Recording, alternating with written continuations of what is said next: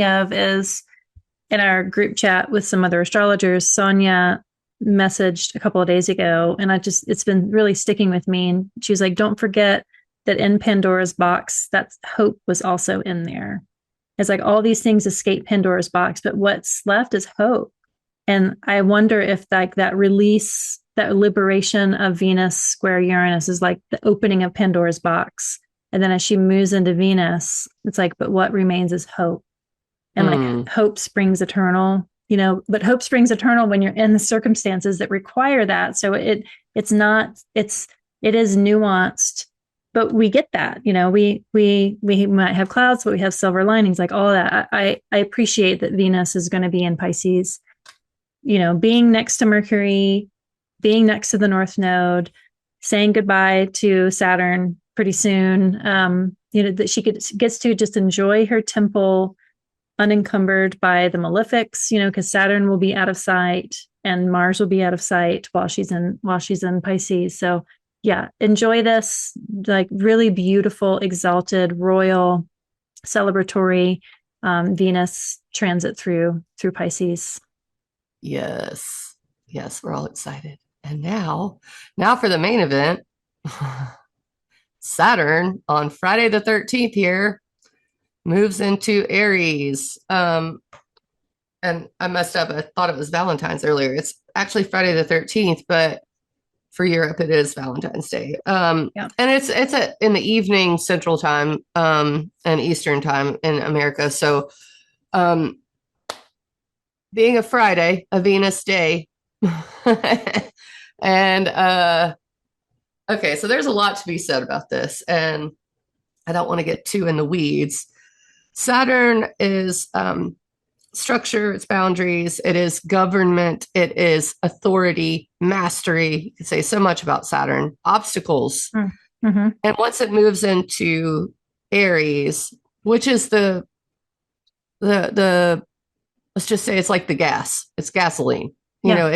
Aries wants to move and wants to do, and Saturn comes in and goes, hold on a minute. This has gone too far. We've got to structure this up. We got to figure it out. But then you have the fog of Neptune sitting there right in front of Saturn, like, whoa, how do I even rein this in? So I think Saturn and Aries eventually will be a very formative time for people, where we do get our stuff together and the actions we take are deliberate toward the end of this transit. But the beginning of it is going to feel, and I don't normally say stuff like this, but it's going to be depressing. I think it's going to be not exactly at the very beginning. It's just oppressive. It feels like you have to slow down. You can't act. You have to almost kowtow to the greater authority that is out there that's trying to do whatever it's doing. Yeah. And I that's the first degrees of any sign. We're talking about baby steps at the beginning, no matter what. So, but with Neptune there, I think it's just like harder to identify what that's going to be. What's coming to mind is, you look at like, I love old things, and I like old, like marketing images from like the 20s and 30s. It is like the aesthetic. And on New Year's, they would always have like Father Time and Baby New Year, right? They'd have these two characters. And Saturn and Aries is like, what if both of those were like the same person?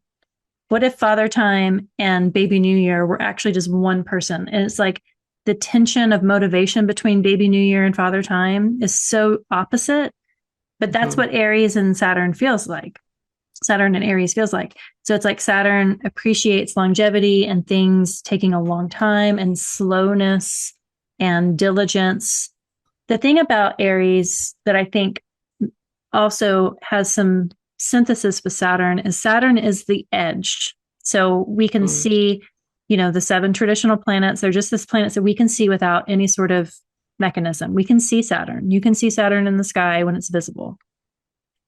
And there's no clouds or trees or buildings or whatever. So you can see Saturn with your own eyes. That's the furthest we can see with our own eyes. After that, we can see Uranus and Neptune and Pluto with telescopes, with a mechanism. But before that, Saturn was the limit. And so Saturn is the limitation. Saturn is the edge. And if you have people with a lot of Aries, they know how to go to the edge. They are familiar with the edge.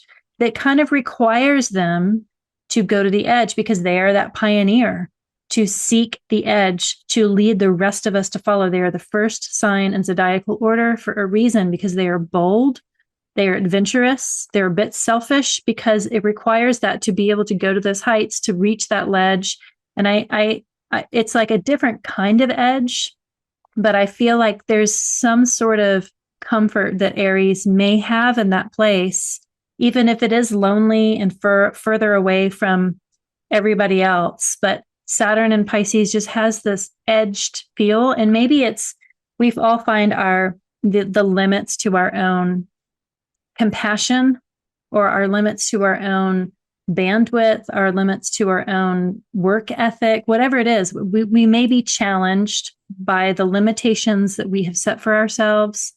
We may need to bring them in closer to ourselves. We may need to push them out further. I think that could be part of the tension that we feel, is that we have to redefine what those edges are. It could be your learning edge, like if there has been some sort of emotional arrested development in your life, Saturn and Aries transit may challenge that.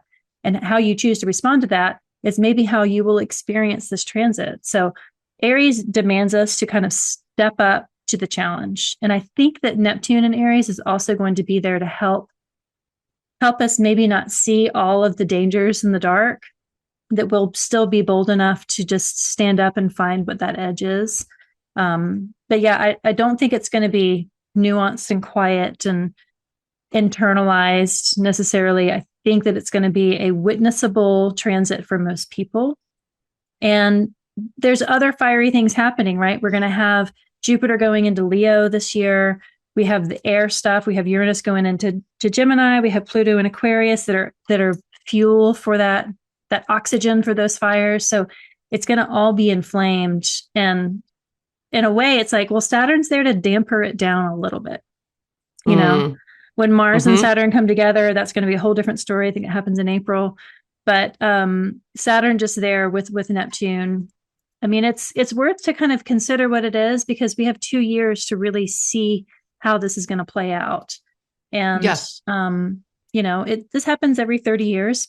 Plenty of people are about to start their Saturn return in Aries, their first, second, or third, or fourth, if you live that long enough. So this is not a transit that we are unfamiliar with, but if you're under 30, you've never experienced this before. So welcome. Welcome to the 1950s. There was lots of great music that came out of this transit. That's right.